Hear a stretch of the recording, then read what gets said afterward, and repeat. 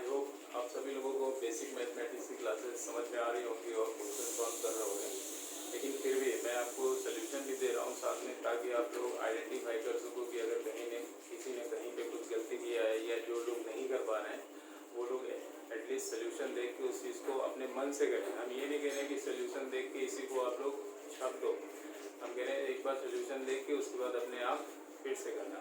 तो आज हम लोग सोल्यूशन असाइनमेंट नंबर 4 का सोल्यूशन यहाँ पे बताने जा रहे हैं। तो असाइनमेंट नंबर 4 का जो फर्स्ट पार्ट था, फर्स्ट क्वेश्चन, जिसमें ये 5 पार्ट थे, तो फर्स्ट पार्ट देखो, बस इसको इंटीग्रेट करना था सभी फंक्शन को। तो integration fx into dx first part, ठीक है।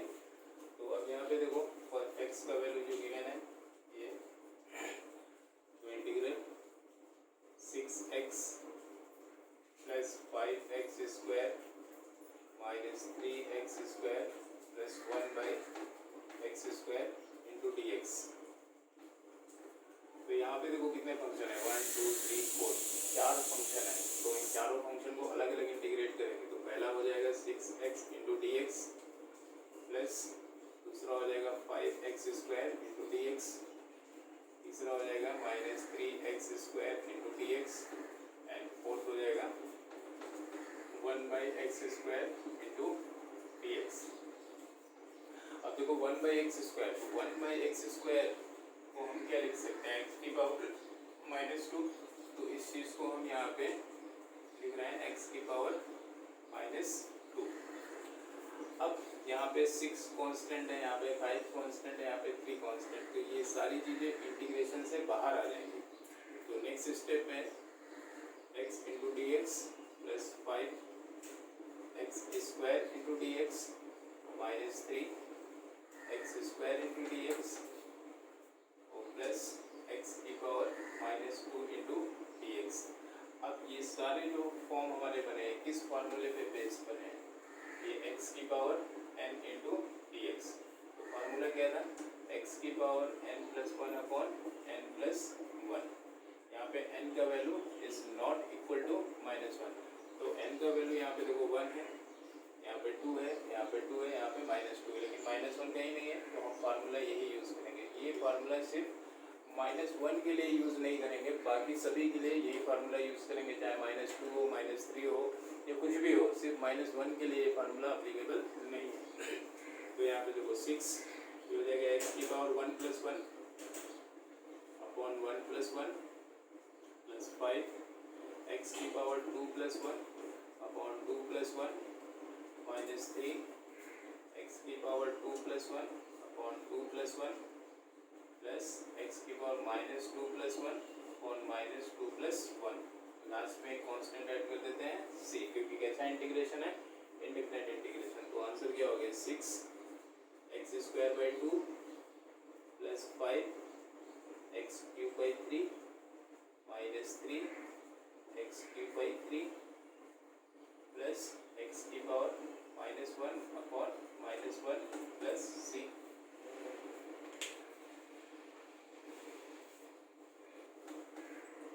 तो देखो ये 2 हमारा 6 से कैंसिल होगा, 3 हो जाएगा, ये 3 से 3 कैंसिल हो जाएगा। तो यहाँ पे बचा 3x स्क्वायर, यहाँ पे आया 5/3 x क्यूब और यहाँ पे आया -x क्यूब और ये माइनस आगे आ जाएगा, तो -x की पावर -1 प्लस कॉन्स्टेंट c। तो 3x square plus 5/3 x cube minus x cube minus x की पावर -1 को लिख सकते हैं 1/x प्लस c। इसको और चाहो तो सॉल्व कर सकते हैं। तो देखो x क्यूब कॉमन हो जाएगा, तो 3x स्क्वायर प्लस 5/3 माइनस 1, ये हो गया x cube minus 1/x plus c। तो 3x स्क्वायर प्लस 5 माइनस 3 तो हो जाएगा 2/3 x cube minus 1/x plus c। ये हो गया हमारा आंसर फर्स्ट पार्ट का। तो देखो किसी भी क्वेश्चन को करते हैं तो जितना सॉल्व हो सकता है, जितना जितना उसको सिंप्लीफाई कर सकते हैं उतना हम सॉल्व करेंगे, ठीक है। तो ये था हमारा फर्स्ट पार्ट का आंसर। अब आ जाते हैं सेकेंड पार्ट में। तो सेकेंड पार्ट जो है हमारा second integral F x into D X, और एफ एक्स का वैल्यू हमारा ये है इस बार, तो ये है हमारा 3 cosec square x minus 5x plus sign x into D x. यहाँ पर तीन फंक्शन है, फर्स्ट सेकेंड एंड थर्ड, तो तीनों को अलग अलग करेंगे। तो 3 cosec square x into D x minus 5x into D x plus sign x into D x. यहाँ पे 3 कांस्टेंट है, बाहर आ जाएगा। 3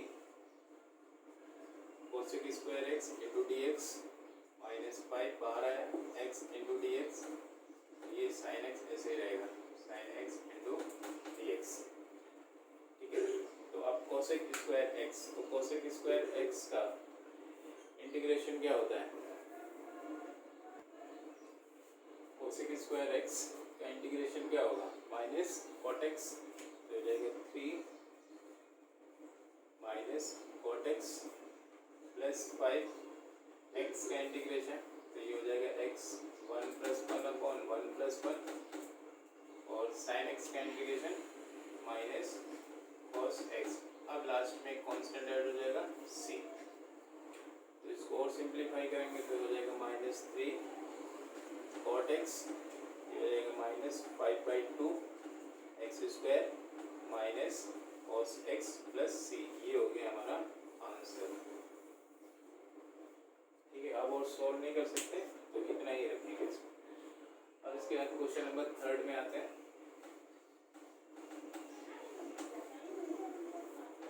question number third, integral F x into D x. तो एफ एक्स का वैल्यू ये है इस बार 3 cosec square x plus 2 sine x into D x.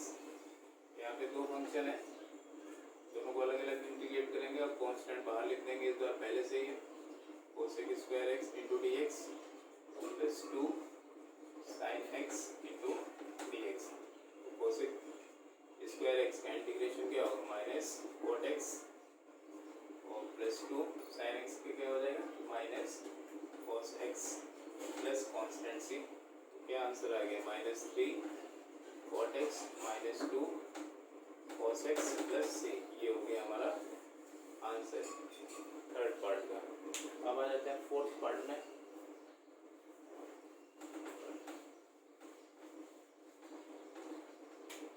Fourth part integral F x into D X, और इस बार एफ एक्स का value ये रूट एक्स है, root X into D x. तो रूट एक्स का मतलब क्या होता है? एक्स की पावर 1/2, इसको लिखेंगे एक्स की power 1/2 into D x.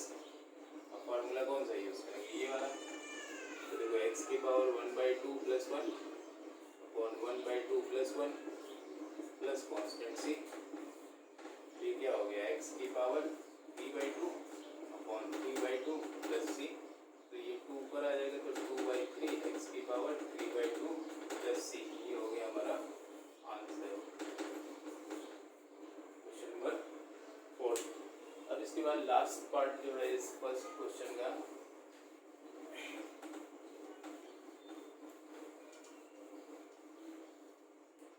Fifth integral F x into D x. तो एफ एक्स का वैल्यू ये है इस बार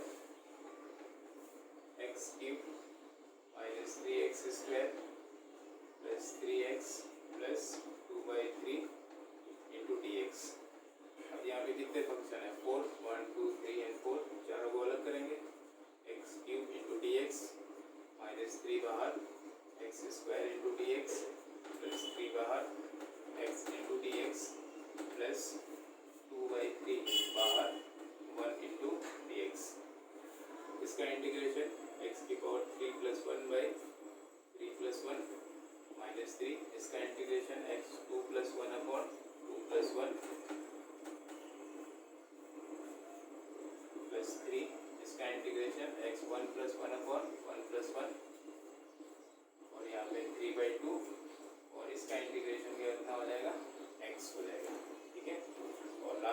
कांस्टेंट ऐड करेंगे c।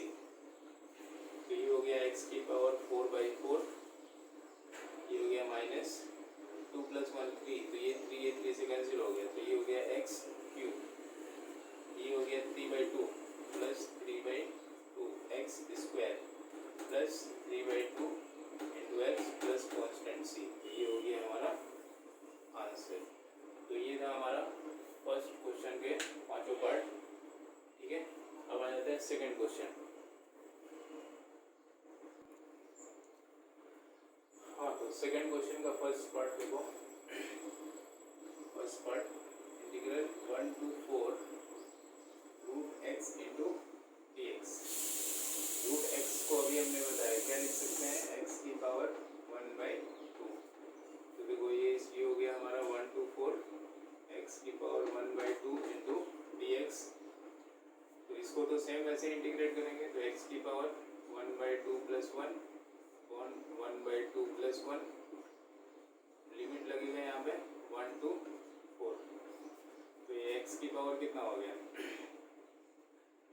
3/2, एक्स की पावर 3/2, ये नीचे भी कितना आ गया 3/2, 1 to 4, तो 2 ऊपर आ जाएगा तो 2/3 बन जाएगा। 2/3 बाहर ले लेंगे हम, 2/3 बाहर आ गया, तो यहाँ पे बचा एक्स की पावर 3/2 1:4।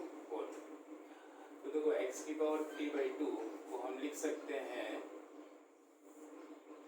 2/3, इस चीज को हम लिख सकते हैं x रूट एक्स 1 to 4, क्योंकि x की पावर 3/2 का मतलब होता है x इंटू एक्स की पावर 1/2, मल्टीप्लाई करो पावर ऐड हो जाएगा, तो 1 + 1/2 कितना हो जाएगा 3/2, और रूट, तो ये हमारा क्या बन जाएगा रूट एक्स। तो इस चीज़ को हमने यहाँ पे यूज़ किया है सिंप्लीफाई करने के लिए। तो देखो अब 2/3 अपर लिमिट पुट करेंगे, तो 4√4 माइनस 1 और 1, तो कितना हो जाएगा 1 ही हो जाएगा। तो 4 का रूट कितना हो जाएगा 2, तो 2 × 4 8, 8 - 1 7, तो हो जाएगा 2 × 7/3 मीन्स 14/3। ये हो गया हमारा आंसर फर्स्ट पार्ट। देखो यहाँ पे थोड़ा सा ट्रिक यूज किया गया है। 3/2 को हम लिख सकते हैं x रूट एक्स, कैसे, क्योंकि 3/2 को हम लिख सकते हैं x इंटू एक्स की पावर 1/2, अगर मल्टीप्लाई करोगे तो पावर ऐड हो जाता है, तो पावर ऐड होकर हमारा 3/2 बनेगा, तो x रूट एक्स ये हमारा हो गया, और इसी की जगह पे वैल्यू पुट कर दिया। तो ये फर्स्ट पार्ट था हमारा। अब आ जाते हैं सेकेंड पार्ट में। Integral 1 to 2 x² + 1 into D x. तो इसको दो इंटीग्रल में चेंज करेंगे, 1 to 2 x² into D x plus 1 to 2 1 into D x. तो इसका इंटीग्रेशन x की पावर 2 + 1/2 + 1, लिमिट 1 to 2, ये हो जाएगा हमारा x 1 to 2, ये हो गया हमारा x³ 3, लिमिट 1 to 2, और ये हमारा हो जाएगा कितना upper limit 2 minus lower limit 1, 2 - 1 कितना आएगा 1 आएगा। तो अब देखो यहाँ पे लिमिट पुट करेंगे, तो 2³ 3 minus 1³ 3, upper limit minus lower limit -1, तो 2 का क्यूब कितना हो गया 8/3 माइनस 1/3 -1, तो ये हमारा आ जाएगा 7/3 -1, और इसको एलसीएम लेके सॉल्व करेंगे तो हमारा आ जाएगा 4/3। तो ये हो गया हमारा आंसर क्वेश्चन नंबर 2, 4/3। अब आ जाते हैं क्वेश्चन नंबर 3 पे। -π/2 से +π/2 cos x into D x.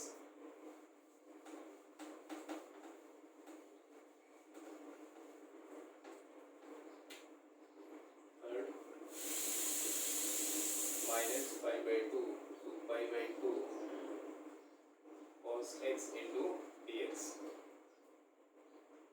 तो cos x का इंटीग्रेशन हमको पता है क्या होता है, sin x, लिमिट -π/2 से लेके π/2, अपर लिमिट पुट करेंगे तो साइन π/2, माइनस साइन ऑटोमेटिक, फिर लोअर लिमिट साइन माइनस π/2। ठीक है, तो हमने एक फार्मूला आपको लिखवाया था कि sine minus theta equal to क्या होता है माइनस साइन थीटा।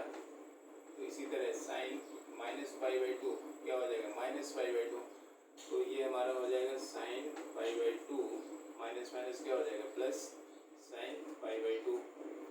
तो साइन π/2 मतलब साइन 90, वैल्यू कितना होता है 1, इसका भी कितना हो गया 1, तो आंसर कितना आ गया यहाँ पे 2।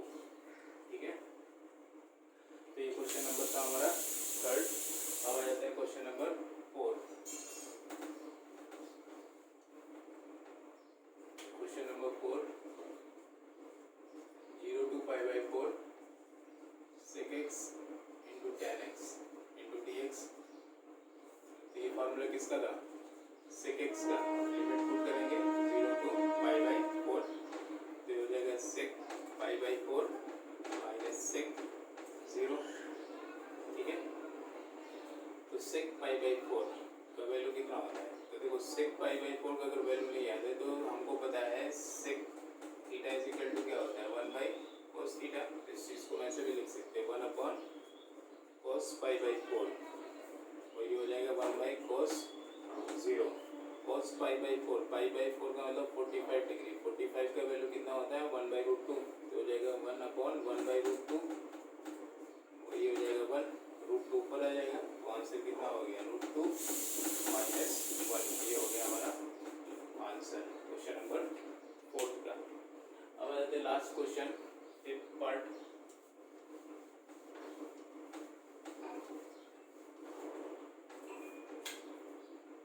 Fifth part 2 to 3 1/x into dx। तो फार्मूला आपको पता है इसका क्या होता है log x बेस की limit 2 to 3, upper limit put करेंगे log 3 base e minus lower limit log 2 base e.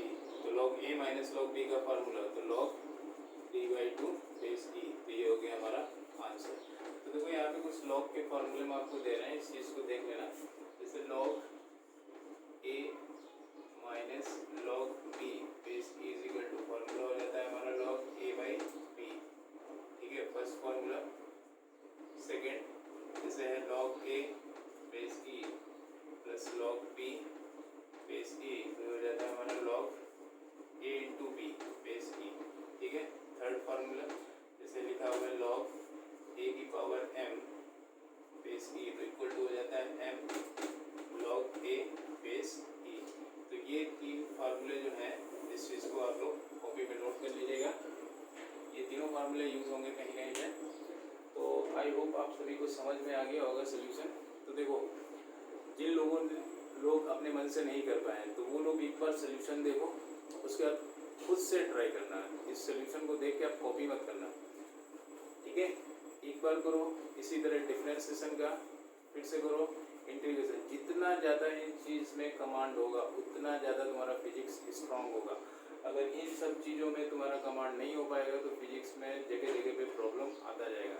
तो इसीलिए हमने डिफरेंशिएशन का भी आपको सोल्यूशन दिया, इंटीग्रेशन का भी सोल्यूशन दिया, क्योंकि ये दोनों टॉपिक आपके फिजिक्स में साथ साथ में चलेंगे, हर जगह फिजिक्स में यूज़ होगा। तो आप जितना ज़्यादा इस टॉपिक की प्रैक्टिस करोगे उतना ज़्यादा आपका फिजिक्स में कमांड होता रहेगा। तो ये था हमारा बेसिक मैथमेटिक्स के क्लासेस। फिर हम नेक्स्ट वीडियो जो आपका स्टार्ट करेंगे चैप्टर नंबर 2 से स्टार्ट करेंगे। Chapter number 1 what is physics, ये सिलेबस से हटा दिया गया है। ठीक है, तो चैप्टर नंबर 2 से स्टार्ट करेंगे। तो नेक्स्ट वीडियो जो आएगा हमारा फिजिक्स से रिलेटेड होगा, चैप्टर नंबर 2 से स्टार्ट होगा। ठीक है, और जिन लोगों के पास बुक्स नहीं है तो देखो एक रिफ्रेशर बुक आप लोग फॉलो करो, और वो refresher book SL Arora, SL Arora, तो ये वाला रिफ्रेशर बुक ले लो। इसमें आपको क्वेश्चन बहुत सारे मिलेंगे प्रैक्टिस करने के लिए। ठीक है, तो इस बुक को फॉलो करो, और जो हम नोट्स देंगे, जो हम कॉन्सेप्ट पढ़ाएंगे, उस चीज़ को आप लोग पढ़ाई करो। ठीक है, अगर कोई भी डाउट होता है किसी भी चीज़ में तो आप उस चीज़ को पूछते रहो। लेकिन हाँ, ये बेसिक मैथमेटिक्स की क्लासेस हर वीक में 1-2 बार रिवाइज ज़रूर करते रहना। अदरवाइज़ अगर ये भूल जाओगे तो फिजिक्स में प्रॉब्लम स्टार्ट हो जाएगा. ठीक है, थैंक यू.